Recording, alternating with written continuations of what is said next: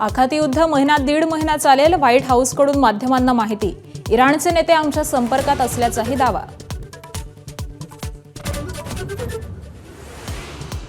मुंबई महापालिका आयुक्त पदासाठी अश्विनी भिडे यांचं नाव जवळपास निश्चित. आज अधिकृतपणे शिक्कामोर्तब होण्याची शक्यता. मुख्यमंत्री फडणवीस आणि शिंदेंमध्ये आयुक्त पदाच्या नावावरून चर्चा. उपमुख्यमंत्री एकनाथ शिंदे, दीपक केसरकर आणि शिवसेनेच्या 2 मंत्र्यांवर नाराज असल्याची चर्चा. आगामी काळात शिंदे मंत्रिमंडळात फेरबदल करण्याची शक्यता.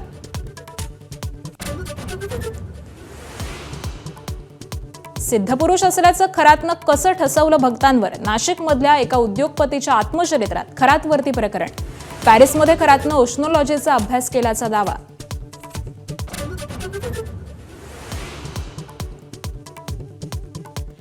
गोरं होण्यासाठी पाकिस्तानी क्रीम वापरल्यानं किडनी खराब. छत्रपती संभाजीनगरमध्ये 3 व्यापारी अटकेत. 60,000 रुपयांची पाकिस्तानी सौंदर्य प्रसाधनंही जप्त.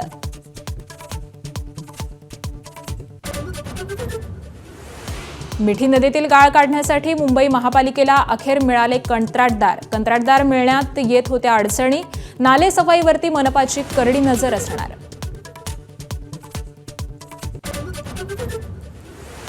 राज्याला पुन्हा अवकाळीचा तडाखा. अनेक भागामध्ये वादळी वाऱ्यासह गारपीट. शेतीचं नुकसान. तर पुढील 5 दिवस पावसाचा अंदाज. अमेरिकेचे अध्यक्ष डोनाल्ड ट्रम्प यांनी पत्रकार परिषद ही अर्धवट सोडलेली आहे. व्हाईट हाऊस बाहेर नो किंग्स ही निदर्शनं वाढल्यामुळे ट्रम्प हे या पत्रकार परिषदेमधून निघून गेलेले आहेत.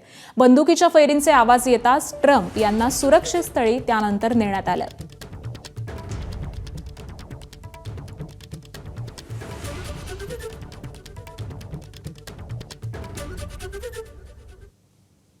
आखाती युद्ध दीड महिना चालेलच. व्हाईट हाऊसकडून माध्यमांना अशी माहिती देण्यात आलेली आहे.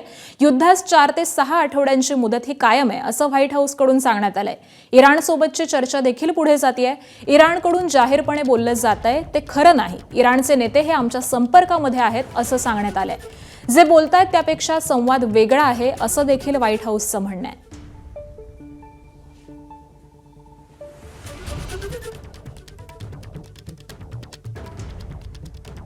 आणि इराण विरुद्धच्या युद्धाबाबत व्हाईट हाऊसनं निवेदन दिलंय. युद्धामध्ये इराणच्या 11,000 ठिकाणांवरती हल्ला करण्यात आलाय. इराणचे 70% ड्रोन आणि क्षेपणास्त्र नष्ट करण्यात आलेली आहेत. त्याबरोबरच इराणची बॅलिस्टिक क्षेपणास्त्र प्रणाली देखील अमेरिकेनं नष्ट केलेली आहे. याशिवाय इराणी नौदल देखील अमेरिकेनं उद्ध्वस्त केल्याचं व्हाईट हाऊसच्या निवेदनामध्ये म्हणण्यात आलंय.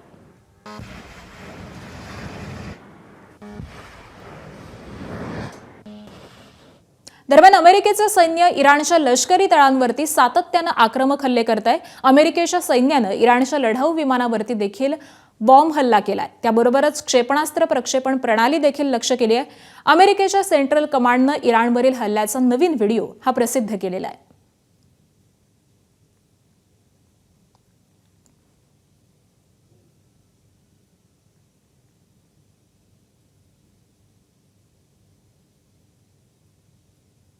अमेरिकेच्या सेंट्रल कमांडकडून हा व्हिडिओ सध्या जारी करण्यात आलाय. आज युद्धाचा 32वा दिवस आहे आणि सातत्यानं अमेरिकेकडून इराणवरती हे हल्ले करण्यात येत आहेत. दरम्यान नक्षलवाद संपवण्यासाठी केंद्रानं दिलेल्या टाईमलाईनचा आज शेवटचा दिवस आहे. जंगलातल्या नक्षलवादाची अखेर करण्यात केंद्राला बऱ्यापैकी यश आल्याचं दिसतंय.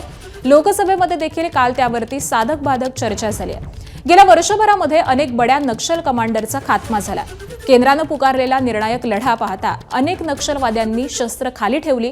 अनेक बडे नक्षल कमांडरही शरण आलेत. शरण आलेल्यांना मुख्य प्रवाहामध्ये सामील करून घेण्यासाठी राज्य सरकारनं विविध उपक्रम राबवत आहेत.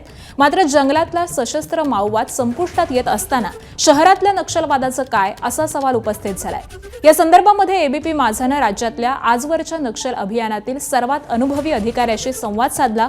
नक्षल अभियानांचे माजी विशेष महानिरीक्षक रवींद्र कदम यांच्याशी चर्चा केली असता धक्कादायक माहिती मिळाली. जंगलातल्या सशस्त्र माओवाद नेहमीच शहरी माओवादाला आर्थिक फंडिंग देत होता अशी खळबळजनक माहिती त्यांनी दिली आहे.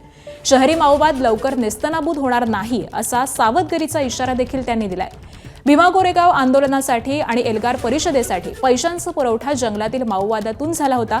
जंगलातून कसे पैसे आले, त्याचं वाटप कुणी केलं, तो पैसा कोणत्या कामासाठी वापरला गेला याचे सगळे पुरावे हे पोलिसांकडे असल्याची माहिती देखील रवींद्र कदम यांनी दिली आहे। दरम्यान त्यांच्याशी या संदर्भामध्ये बातचीत केली आहे आमचे प्रतिनिधी रजत वशिष्ठ यांनी। सशस्त्र माओवाद विरोधातल्या महाराष्ट्राच्या मोहिमेला ज्यांच्या नेतृत्वामध्ये एक वेगळी दिशा मिळाली ते महाराष्ट्र पोलिसाचे सेवानिवृत्त special IG Ravindra Kadam sir आपल्यासोबत आहेत। ज्या ध्येयासाठी तुम्ही सगळ्या अधिकाऱ्यांनी काम केलं होतं तो कुठेतरी साध्य होताना दिसतंय, काय पहिली प्रतिक्रिया आणि भावना?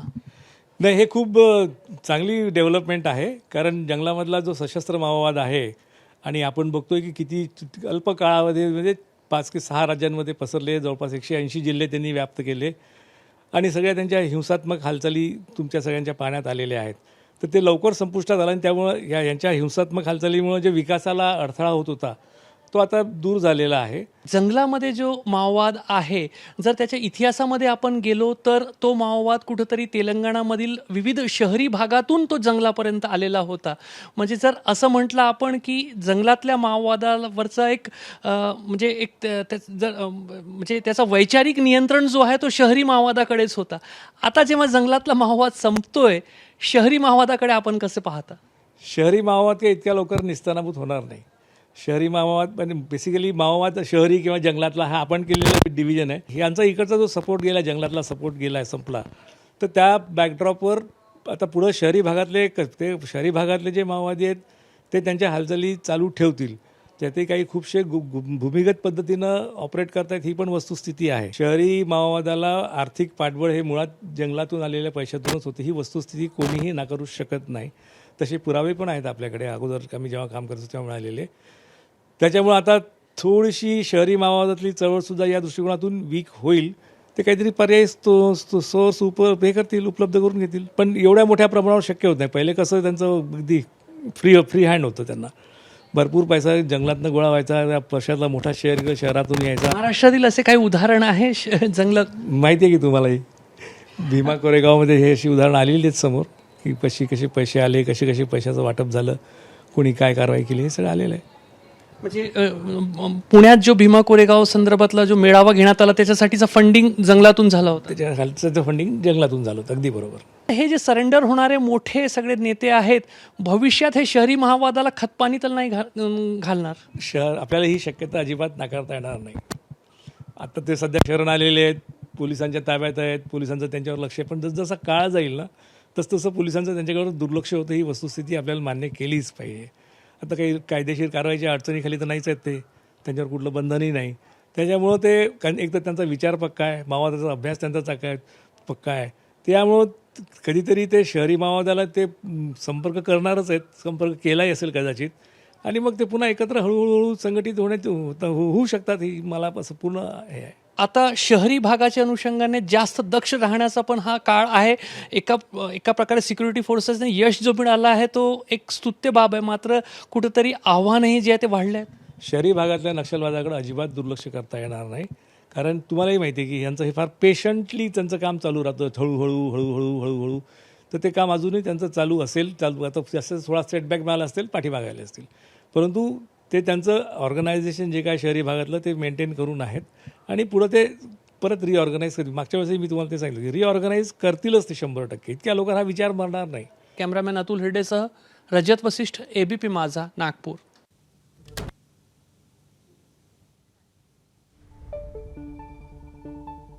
आणि दरम्यान नक्षल चळवळीचा नरसंहार नेमका कसा झालाय आपण पाहूयात।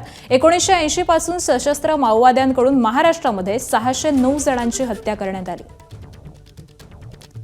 गडचिरोली जिल्ह्यामध्ये सर्वाधिक 559 नागरिकांची हत्या झाली आहे। गोंदिया जिल्ह्यामध्ये 35 नागरिकांची नक्षलवाद्यांकडून हत्या करण्यात आली आणि त्याबरोबरच चंद्रपुरात 9, यवतमाळमध्ये 4 तर नांदेडमध्ये 2 नागरिकांची हत्या झाली होती।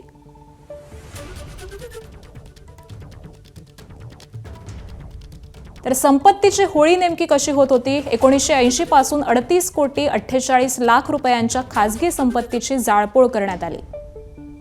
नक्षलवाद्यांकडून 16 कोटी 88 लाख रुपयांची शासकीय संपत्तीची देखील राख करण्यात आली आहे। तर 1980 पासून 171 खासगी वाहनं तर 83 शासकीय वाहनं ही जळालेली आहेत। सामान्य नागरिक कंत्राटदारांकडून अब्जावधी रुपयांची खंडणी आणि साहित्य हे वसूल करण्यात आले.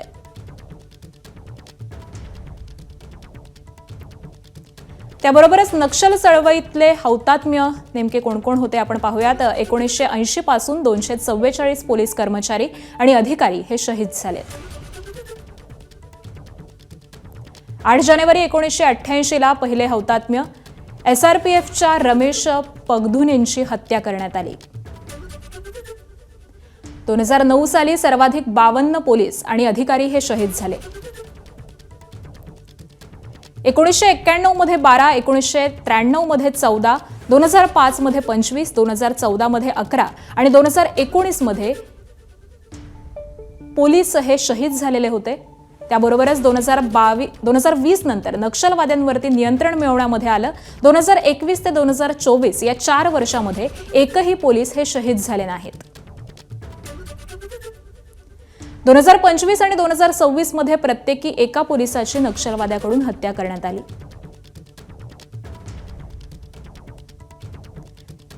त्याबरोबरच माओवाद्यांना कंठस्नान घालण्यात आलेलं आहे. 2080 पासून 368 माओवाद्यांना पोलिसांकडून कंठस्नान घालण्यात आलंय. गेल्या 46 वर्षामध्ये महाराष्ट्रामध्ये 4221 माओवाद्यांना अटक करण्यात आली आहे. 1980 पासून 1613 माओवाद्यांचं आत्मसमर्पण झालेलं आहे. 2018 ला सर्वाधिक 50 तर 2021 ला 49 माओवादी हे यमसदनी धाडलेले आहेत. 2016 मध्ये 12, 2017 मध्ये 19 आणि 2024 मध्ये 24 माओवाद्यांना ठार करण्यात आलंय. 2025 पासून मात्र महाराष्ट्रामध्ये आत्मसमर्पणाची मालिका ही सुरू झाली. 2025 मध्ये 128, 2026 मध्ये 11 माओवाद्यांनी आत्मसमर्पण केलं. माओवाद्यांच्या कंपनीत 10चे 6 माओवादी अजूनही बेपत्ता आहेत.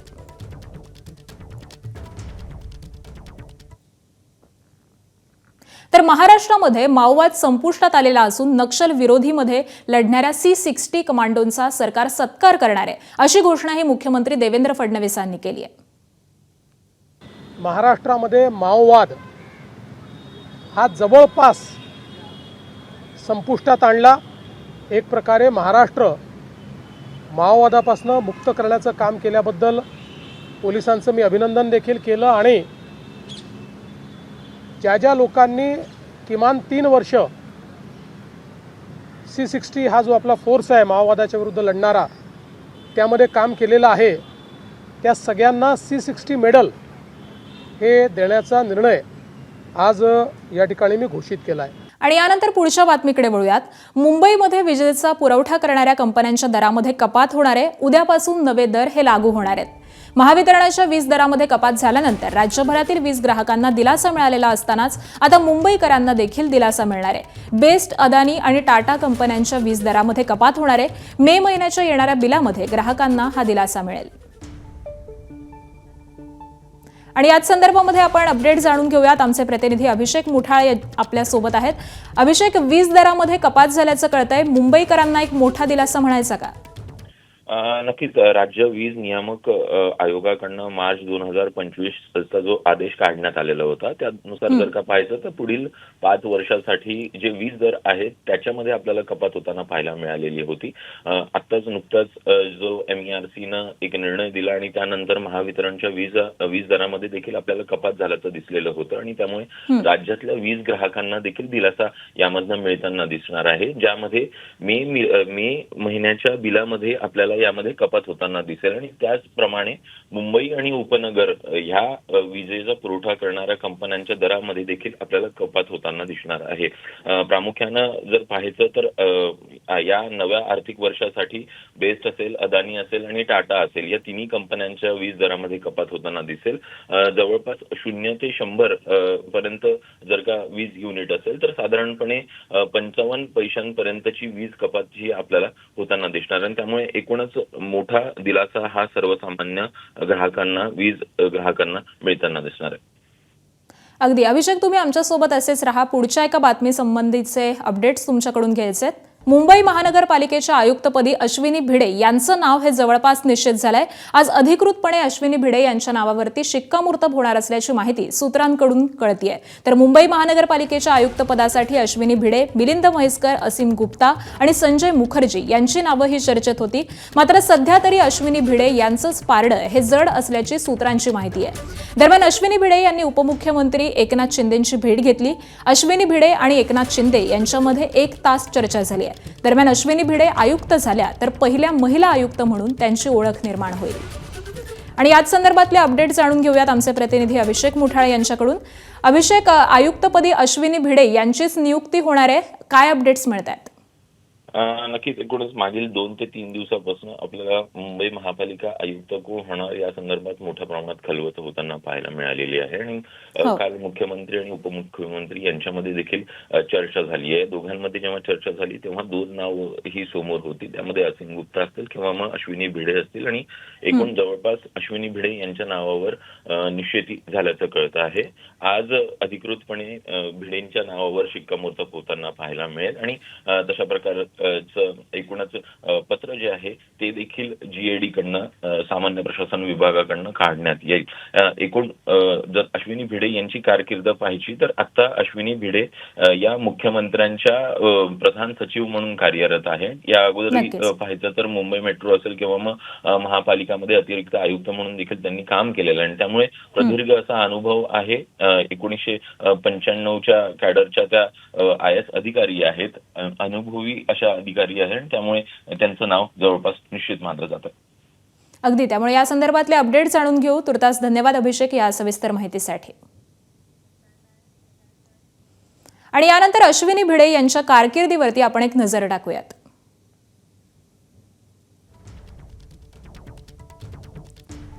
अश्विनी भिडे या 1995च्या महाराष्ट्र केडरच्या IAS अधिकारी आहेत. 1997 ते 1999 मध्ये कोल्हापुरात सहाय्यक जिल्हाधिकारी पदावरती त्या कार्यरत होत्या. त्यानंतर सिंधुदुर्ग, नागपूर जिल्हा परिषदेवरती मुख्य कार्यकारी अधिकारी पदाचा त्यांना अनुभव आहे. अतिरिक्त विभागीय आयुक्त, राज्यपालांच्या संयुक्त सचिव, MMRDA अतिरिक्त आयुक्त पदाचा त्यांना अनुभव आहे. तर शालेय शिक्षण क्रीडा विभागाच्या सचिव म्हणून देखील त्यांनी काम केलंय. 2015 मेट्रो 3ची धुरा त्यांच्याकडे होती. मुंबई मेट्रो रेल कॉर्पोरेशनच्या MD होत्या आणि मेट्रो वुमन अशी त्यांची ओळख आहे. डिसेंबर 2024 पासून अश्विनी भिडे या मुख्यमंत्री कार्यालयामध्ये प्रधान सचिव आहेत. आणि दरम्यान अश्विनी भिडे यांच्याशी चर्चा करण्याआधी काल संध्याकाळी उपमुख्यमंत्री शिंदे आणि मुख्यमंत्र्यांमध्ये महत्त्वाची बैठक पार पडली. या बैठकीमध्ये पालिका आयुक्तांसह पोलीस अधिकाऱ्यांच्या बदल्यांसंदर्भामध्ये चर्चा झाल्याची माहिती सूत्रांकडून मिळतेय. तर मुख्यमंत्र्यांच्या भेटीआधी शिंदेंनी नंदनवनमध्ये काही नेत्यांची बैठक घेतल्याची माहिती देखील मिळतेय.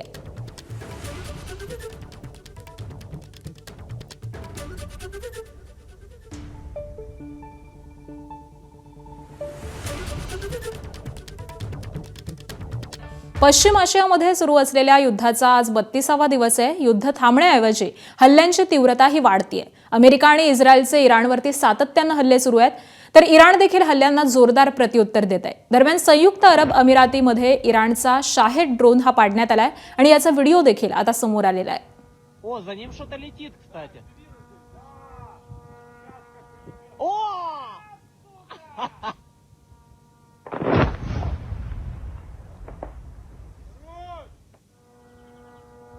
О, за ним что-то летит, кстати. О! आखाती युद्ध महिना 1.5 महिना चालेलच, व्हाईट हाऊसकडून माध्यमांना माहिती. इराणचे नेते आमच्या संपर्कात असल्याचाही दावा.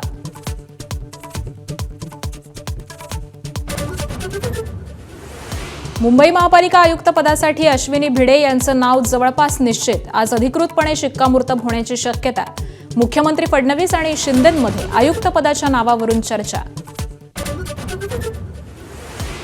उपमुख्यमंत्री एकनाथ शिंदे, दीपक केसरकर आणि शिवसेनेच्या 2 मंत्र्यांवरती नाराज असल्याची चर्चा. आगामी काळामध्ये शिंदे मंत्रिमंडळात फेरबदल करण्याची शक्यता.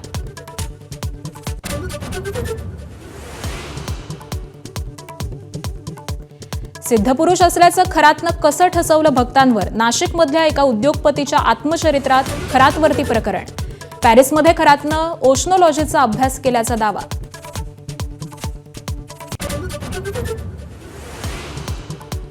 नक्षलवाद संपवण्यासाठी केंद्रानं दिलेल्या टाईमलाईनचा आज शेवटचा दिवस. तर नक्षलवाद संपण्याच्या मार्गावर केंद्रीय गृहमंत्री अमित शहांची लोकसभेत माहिती.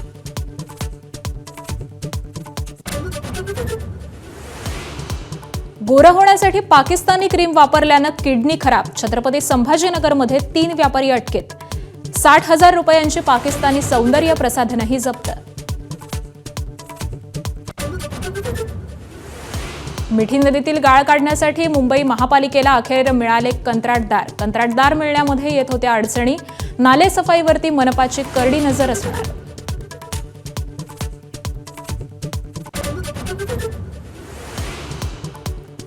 मुंबईकरांची वीज स्वस्त होणार. बेस्ट, अदानी आणि टाटा कंपन्यांच्या वीज दरात कपात. उद्यापासून नवे दर लागू होणार. मे महिन्याच्या बिलात ग्राहकांना दिलासा मिळणार.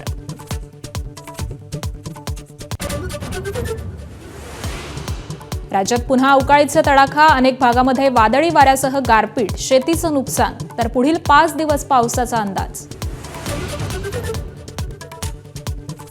नाशिकमधील बंधू अशोक खरातचा सीए प्रकाश पोफळे यांनी 2024 मध्ये पुण्यातील कोरेगाव पार्क परिसरामध्ये 8 रो हाऊसेस 49 गुंठे जागेसह खरेदी केले. कागदोपत्री याची किंमत 19,56,00,000 रुपये दाखवण्यात आली आहे. मात्र कोरेगाव पार्क हा परिसर पुण्यातील सर्वात महागड्या भागांपैकी एक असून लेन नंबर 3 मध्ये अनेक बड्या उद्योगपतींच्या बंगल्यांची मालमत्ता आहे. या पार्श्वभूमीवरती या खरेदीची खरी किंमत ही 100 कोटींपेक्षा अधिक असल्याचं बोललं जात आहे. अशोक खरातच्या सीएकडे इतके पैसे कुठून आले? खरात सीए मार्फत काळा पैसा पांढरा करत होता का? अशोक खरातचा या व्यवहाराशी संबंध आहे का? आणि SIT कडून चौकशी होणार आहे का? असे अनेक प्रश्न या निमित्तानं उपस्थित होत आहेत. दरम्यान याच संदर्भामध्ये आम्ही सीएशी संपर्क साधण्याचा प्रयत्न केला, पण संपर्क काही झाला नाही. दरम्यान पुण्यातल्या ज्या कोरेगाव पार्क परिसरामध्ये अशोक खरातच्या सीएची संपत्ती आहे, तिथूनच आढावा घेतलाय आमचे प्रतिनिधी मंदार गुंजारी यांनी. पाहूयात. अशोक खरातशी संबंधित व्यक्ती आणि या व्यक्तींचे आर्थिक व्यवहार हळूहळू चौकशीच्या रडारवरती येत आहेत, ज्यामध्ये अशोक खरातचे सीए म्हणून काम करणाऱ्या प्रकाश पोफळेंचा समावेश आहे. प्रकाश पोफळेंनी 2024 मध्ये पुण्यातील या कोरेगाव पार्कमध्ये एक मालमत्ता खरेदी केली आहे. पत्ता आहे प्लॉट नंबर 57, लेन नंबर 3 आणि मालमत्तेला पोफळेज हे नाव आहे. आणि ही सगळी जागा 49 गुंठे इतकी आहे. आणि या 49 गुंठे जागेवरती 8 रो हाऊसेस आहेत. आणि ही रो हाऊसेस सकट जागा या प्रकाश पोफळेंनी 19,56,00,000 रुपयांना खरेदी केल्याचं दाखवलं आहे. मात्र प्रत्यक्षात या मालमत्तेची किंमत किमान 100 कोटी रुपयांहून अधिक आहे, असं इथले मालमत्ता व्यवसायात असलेले जाणकार सांगतात. कारण कोरेगाव पार्कचा हा सगळा परिसर पुण्यातला सर्वाधिक महागडा परिसर म्हणून गणला जातो. आत्ता मी जिथे उभा आहे तो पुनावाला सर्कल आहे. म्हणजे इथून पुढे पुनावालांचा बंगला, धारीवाल्यांचा बंगला आणि इतर मोठे उद्योजक, ज्याच्यामध्ये बजाज यांचा देखील बंगला येतो, अशा मोठ्या उद्योजकांचे बंगले आहेत. आणि ही लेन जिथे सुरू होते, या अशा प्रतिष्ठित व्यक्तींच्या लेनच्या सुरुवातीलाच असलेली ही मालमत्ता प्रकाश पोफळे यांनी 2024 मध्ये खरेदी केली आहे. हा पैसा प्रकाश पोफळेंकडे कुठून आला? तो अशोक खरातचा पैसा आहे का? अशोक खरातकडे तो पैसा कुठून आला? कोणत्या राजकारण्यांचा हा पैसा आहे का? असे एक ना अनेक प्रश्न यातून उपस्थित होत आहेत. कॅमेरामन विजय राऊत, मंदार गुंजारी, ABP माझा, पुणे. पाकिस्तानातून येणाऱ्या वस्तूंवरती केंद्र सरकारची कडक बंदी आहे आणि तरी देखील छत्रपती संभाजीनगर शहरातल्या सिटी चौकामध्ये याची सर्रास विक्री होत असल्याचं समोर आलंय. धक्कादायक बाब म्हणजे या क्रीममुळे थेट मूत्रपिंडाला धोका निर्माण होत असल्याचं समोर येत आहे. सिटी चौक पोलिसांच्या कारवाईमध्ये तब्बल 60,000 रुपयांची पाकिस्तानातून आलेली सौंदर्य प्रसाधनं ही जप्त करण्यात आली आहेत. तर या क्रीमचा वापर करणाऱ्या रुग्णांनी आरोग्य बिघडल्याची तक्रार केलेली आहे. बंदी असलेल्या पाकिस्तानी क्रीमची विक्री होत असल्याची माहिती पोलिसांना मिळाल्यावरती छापे टाकण्यात आले. शहागंज, घाममंडी, सिटी सेंटर मॉल या परिसरामध्ये 3 दुकानांवरती एकाच वेळी कारवाई करण्यात आली आहे. तर हायलाइट कनेक्शन, ओम ट्रेडर्स आणि फलक इम्पोरियम या दुकानांमध्ये मल्लिका, गोल्डन पर्ल, नूर हर्बल, चांदणी अशी अनेक क्रीम्स, साबण, सिरम हे जप्त करण्यात आलेत. तर या प्रकरणामध्ये 3घांना अटक करण्यात आली आहे. रंगानं सावळे असणाऱ्या तरुणींना ही क्रीम चेहऱ्याला चोपडली आणि त्यानंतर त्यांची प्रकृती बिघडून थेट किडनीवरती परिणाम झाल्याचं उघड झालेलं आहे. दरम्यान पाकिस्तानामधून येणाऱ्या या धोकादायक क्रीम्सचे पुरवठादार शोधून कठोर कारवाई करत हा पुरवठा साखळी उद्ध्वस्त करणं हे गरजेचं आहे. आणि दरम्यान या संदर्भामध्ये पीडित व्यक्तीनं नेमकी काय प्रतिक्रिया दिली आहे तीही पाहूयात. 7-8 महिने मी ही क्रीम लावली, मी आणि माझ्या भावाने, आणि सडनली मग आमच्या दोन्ही किडन्या खराब झाल्या. माझ्याही दोन्ही किडन्या खराब झाल्या होत्या आणि माझ्या भावाच्याही दोन्ही किडन्या खराब झाल्या होत्या. 2 वर्ष ट्रीटमेंट केल्याच्या नंतर आम्हाला कळालं की याचं जे कॉज आहे ती गोरी होण्याची क्रीम आहे. जेव्हा हे कळालं तर अक्षरशः आमच्या पायाखालून जमीन सरकली होती. 1000 रुपयाला ती नाईट क्रीम होती अगोदर, आणि वेगळ्या वेगळ्या नंबरच्या होत्या. 1 ते 9 पर्यंत नंबर असायचे आणि मग स्किन टाईपच्या हिशोबाने ते लोक द्यायचे. तर आम्ही सुद्धा मित्रांच्या हिशोबाने, मित्रांच्या सांगण्याप्रमाणे ते क्रीम लावली आणि त्याचा खूपच वाईट परिणाम आमच्यावर झाला. जवळजवळ हजारो, म्हणजे 500-700 पेशंट तर 100% तुम्हाला मिळतील ज्यांच्या किडन्या आता खराब झाल्या असतील. दरम्यान किडनी विकार तज्ज्ञ डॉक्टर श्रीगणेश बर्नेला यांनी काय प्रतिक्रिया दिली आहे तीही पाहूयात. मी साधारणतः एक 10-12 पेशंट्सला असं बघितलं आहे ज्यांनी कॉस्मॅटिक्स लावल्यानंतर त्यांना शरीरावर सूज येणे आणि लघवीमध्ये प्रोटीनचं लीक खूप जास्त होणे असं आढळून आलं. आम्ही जेव्हा यांचं बायोप्सी केलं त्याच्यामध्ये मेम्ब्रेनस नेफ्रोपॅथी असा नावाचा एक आजार आढळून आला आणि ते बरं करण्यासाठी लोकांना 6 महिने ते 1 वर्षापर्यंत औषध घ्यावं लागतं. तसे प्रोडक्ट माझ्या निदर्शनात आढळून आले की ज्याच्यामुळे असे प्रोडक्ट रेग्युलर लावल्यामुळे ज्याचं कुठलंही सायंटिफिक बेसिस नाही आहे आणि जे ओव्हर काउंटर विकल्या जातात याच्यामुळे लोकांना किडनी आजार आणि प्रोटीन लीकचा आजार हा आम्हाला आढळून आलेला आहे. आणि पोलीस उपायुक्त रत्नाकर नवले यांनी देखील या संदर्भामध्ये प्रतिक्रिया दिलेली आहे तीही बघूयात. या संदर्भाने सिटी चौक पोलीस स्टेशनला 101/2026 फॉरेन ट्रेड ॲक्ट कलम 3, त्याचप्रमाणे भारतीय न्याय संहिता कलम 318 जे चीटिंगचं सेक्शन आहे, त्याचप्रमाणे ड्रग्ज अँड कॉस्मेटिक्स ॲक्ट याप्रमाणे एक गुन्हा दाखल करण्यात आलेला आहे. याच्यात 3 आरोपी अटक करण्यात आलेले आहेत. आणि पोलिसांनी मेड इन पाकिस्तानच्या कुठल्या क्रीम जप्त केल्या त्यावरती एक नजर टाकूया.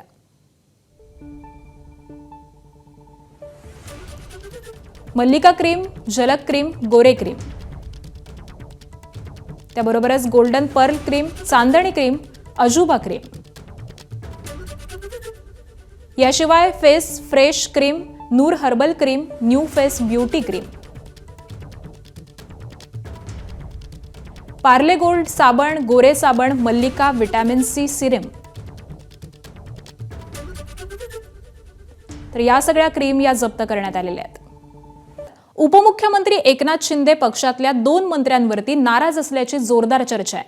2 मंत्र्यांच्या जिल्ह्यामध्ये पक्षाची ताकद ही कमी होत असल्याचं पाहून शिंदे हे नाराज असल्याचं कळतंय. जिल्हा परिषद निवडणुकीचे निकाल या संबंधित 2 मंत्र्यांच्या जिल्ह्यामध्ये शिवसेनेसाठी समाधानकारक नव्हते. त्यामुळे या 2 मंत्र्यांना अकार्यक्षम ठरवत शिंदे हे नाराज झाल्याचं समजतंय.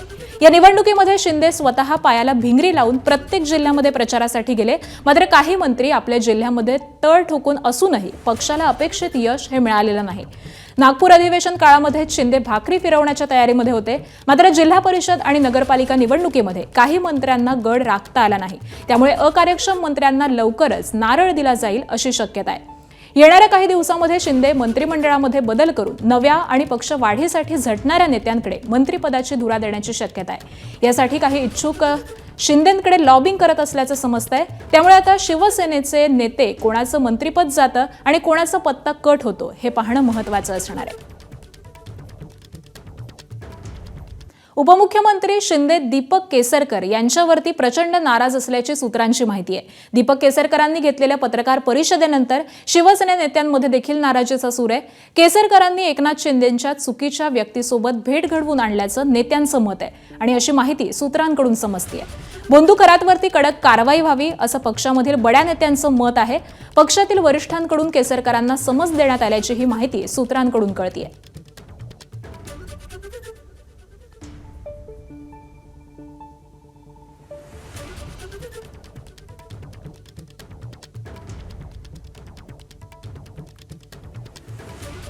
मंत्री नरहरी झिरवाळांच्या व्हायरल व्हिडिओ प्रकरणी अखेर गुन्हा दाखल झालेला आहे.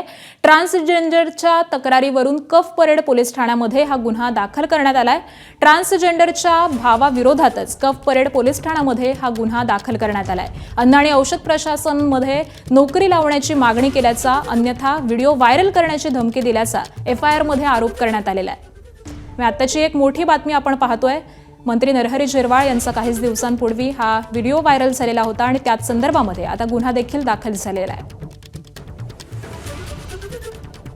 आणि याच संदर्भामध्ये अपडेट देत आहेत आमचे प्रतिनिधी सचिन गाड. सचिन, आकांक्षा, मध्यंतरी मंत्री नरहरी झिरवाळ यांचा व्हिडिओ व्हायरल झालेला, त्यामध्ये एक ट्रान्सजेंडर दिसत होता आणि आता याच प्रकरणामध्ये गुन्हा देखील दाखल करण्यात आला आहे. जो ट्रान्सजेंडर आहे त्याने त्याच्या भावावरती तक्रार दिलेली आहे आणि त्याचा आरोप आहे की अन्न व औषध प्रशासनामध्ये जे झिरवाळांकडे आहे त्यामध्ये नोकरी लावण्याचं धमकी देऊन, अन्यथा व्हिडिओ व्हायरल करण्याची धमकी यामध्ये देण्यात आली होती. तसेच हा व्हिडिओ व्हायरल करण्यापूर्वी त्याच्यामध्ये तो एडिट देखील करण्यात आल्याचा आरोप आहे. आता या ट्रान्सजेंडरच्या तक्रारीवरती कफ परेड पोलीस स्टेशनमध्ये BNS सेक्शन 79 आणि 351 अंतर्गत गुन्हा दाखल केले आहे. त्यामध्ये माहिती तंत्रज्ञान कलम देखील लावण्यात आलेली आहे. अद्याप कोणालाही अटक करण्यात आलेली नाहीये. मात्र आपण पाहतोय की कफ परेड पोलिसांकडून तपासाला सुरुवात करण्यात आली. आकांक्षा, अगदी धन्यवाद सचिन या सगळ्या सविस्तर माहितीसाठी.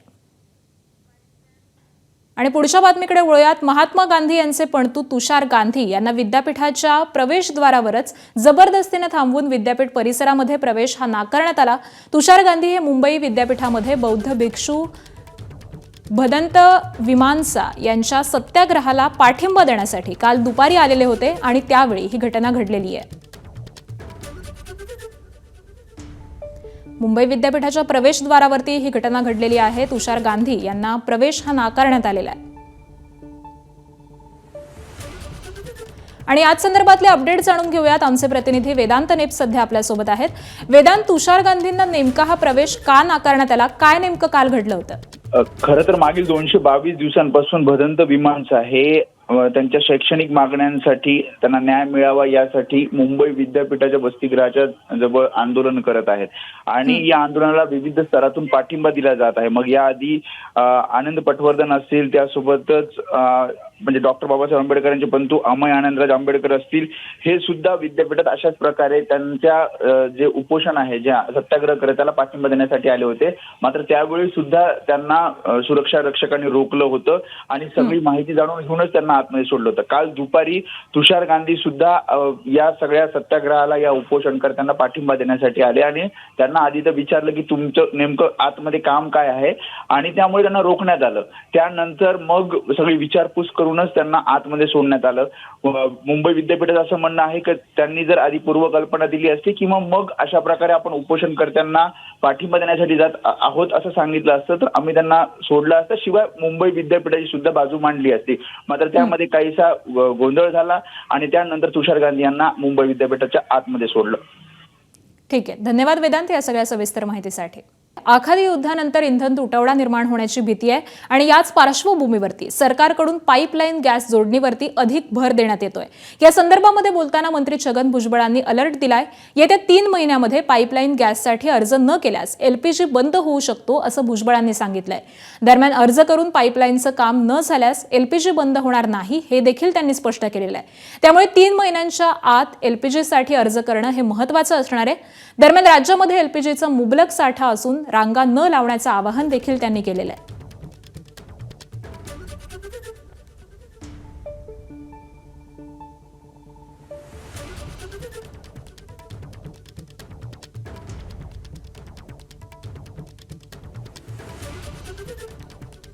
तर 3 महिन्यांमध्ये PNGच्या कनेक्शनसाठी अर्ज दाखल करा असं आवाहन मंत्री भुजबळ यांनी केलेलं आहे. मंत्री छगन भुजबळ यांनी या सगळ्याच संदर्भामध्ये माहिती दिलेली आहे. पाईपलाईनचं काम न झाल्यास LPG बंद होणार नाही असं देखील त्यांनी म्हटलेलं आहे.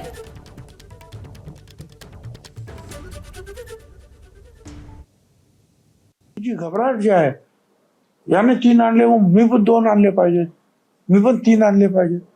माझी विनंती आहे की LPG भरपूर आपल्याकडे आहे, उगीच मोठमोठ्या लाईन लावण्याची काही गरज नाही आहे. आणि LPG विक्रेते किंवा पुरवठादार आहेत त्यांनी सुद्धा जास्तीत जास्त लवकर ज्यांचा क्रमांक नियमाप्रमाणे आहे त्यांना त्यांच्या घरी नेऊन ते सिलेंडर्स जे आहेत अदा करावेत, देण्यात यावे. आणि त्याबद्दल कोणी अफवा पसरवू नये अशी माझी विनंती आहे. तुमच्या त्या शहरामध्ये किंवा भागामध्ये PNGचं काम करणारी जी कंपनी असेल तिच्याकडे ताबडतोब तो अर्ज अग्रेसित करा. 3 महिन्यामध्ये या सगळ्या ठिकाणी जर पाईपलाईनचं काम नाही झालं समजा, पण तुम्ही अर्ज केलेला आहे, तर तुमचं LPG बंद होणार नाही, कारण तुमचा हेतू घेण्याचा आहे. मंत्रतंत्राच्या नावाखाली विकृत आणि भोंदू अशोक खरातनं सामान्यांपासून उद्योजकांची फसवणूक केल्याचं समोर आलंय. खरातनं गारूड कसं घातलं याचं वर्णन करणारं एका उद्योजकाचं पुस्तकच ABP माझाच्या हाती लागलंय. भोंदू खरातचे तत्कालीन भक्त असलेले सिन्नर सहकारी औद्योगिक वसाहतीचे चेअरमन नामकर्ण आवारे यांनी आसामी नामकर्ण हे आत्मचरित्र लिहिलंय. यामध्ये त्यांनी खरातला अद्भुत आणि चमत्कारिक पुरुषाचा दर्जा दिलाय. 2012 मध्ये लिहिलेल्या या पुस्तकामध्ये नामकर्ण यांनी खरातवरती तब्बल 13 पानं खर्ची घातली आहेत आणि त्यातून खरातबद्दल अनेक गोष्टी समोर आल्या. तर या लेखामध्ये नेमकं काय आहे आपण ग्राफिक्सच्या माध्यमातून एक नजर टाकूया.